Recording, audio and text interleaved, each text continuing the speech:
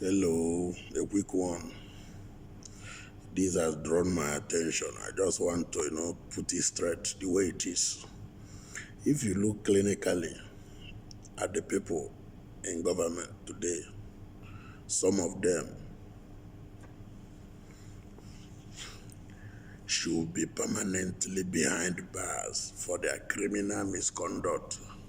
This is coming from His Excellency, Chief Olusegun Obasanjo. Yes, he is outspoken. He says it the way it is. He don't look face. He don't fear anybody. Former President Olusegun Obasanjo has called for the imprisonment of corrupt politicians, stating that thieves cannot provide just governance. The 7-year-old statesman made this demand while speaking virtually at the memorial lecture for Dennis Joseph Sletre, a late cleric in Lagos. In his speech, titled The Imperative for Moral Rectitude in Governance, Obasanjo emphasized that the key requirement for anyone involved in governance is accountability. He argued that officials with questionable integrity are incapable of making decisions that benefit the greater good. If you look clinically at the people in government today, at both executive and legislative levels, some of them should be permanently behind bars for their past misdemeanor and criminal misconduct, said Obasanjo, who served as Nigeria's head of state from 1976 to 1979 and later as president from 1999 to 2007. You cannot expect thieves to give good judgment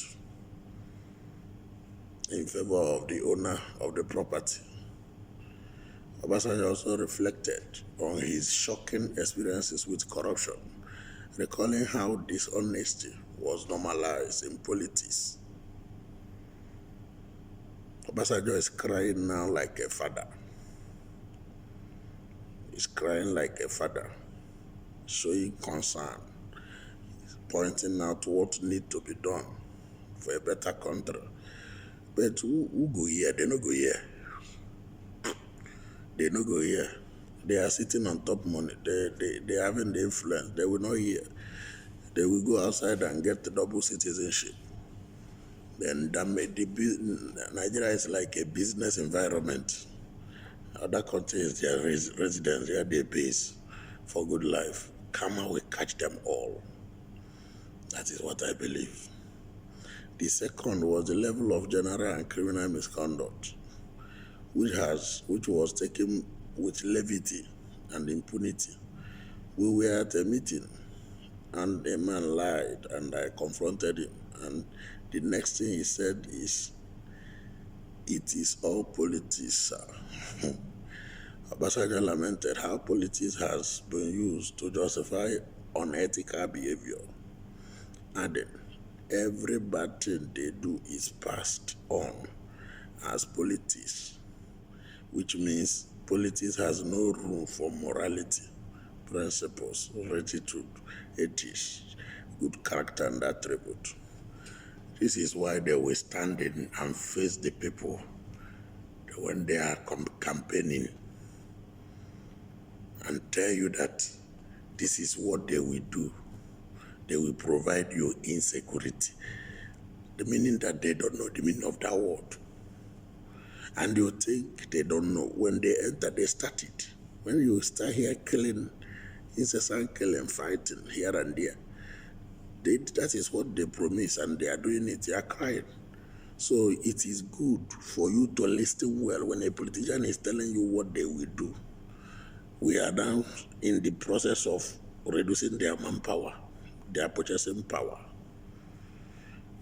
Reducing their purchasing power, that is where we are today. And things are tough.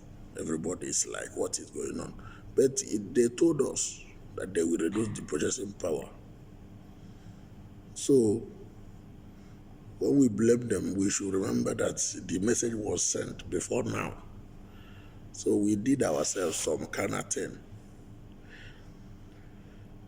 He concluded by urging Nigeria to seek transformational leaders rather than transactional leaders, truth instead of lies, honesty instead of dishonesty, integrity instead of disintegrity.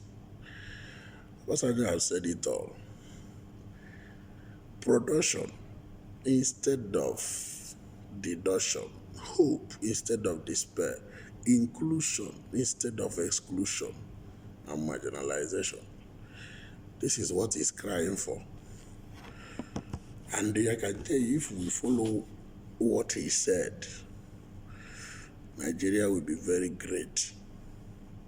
This is duty for all leaders, all political office holders, not to come in a media house and talk like a person that don't have family. If you have a child and like you claim there was a time since you want to rent a 700,000, if you are genuine, truthful to yourself, and you really have a child that passed through hardship, or you pass through hardship, some decision you will be making today, you'll be making to change things for the future generation, to make the country work. Like you travel out of the country, those countries you visited, you see how things are. They are the people, those things you are seeing, they are done by people like you that are in power there. They love it and put it, but you are in power and you are thieving. Oh, when you compare them and compare yourself, you are not ashamed of yourself. You are in power, doing nothing, only doing the negative aspect of it. Then you go to the country you are rushing to. Things are going well. Those that are in power, they are doing well. You don't come back and think about your life. Who are you? Is this the right thing I'm doing to myself and to my family and to the country? You will be thieving money and you give it to your family. You think, yeah, this is the right thing. Not the right thing. Because when the nation will rise, those money will be vomited. This is my last warning.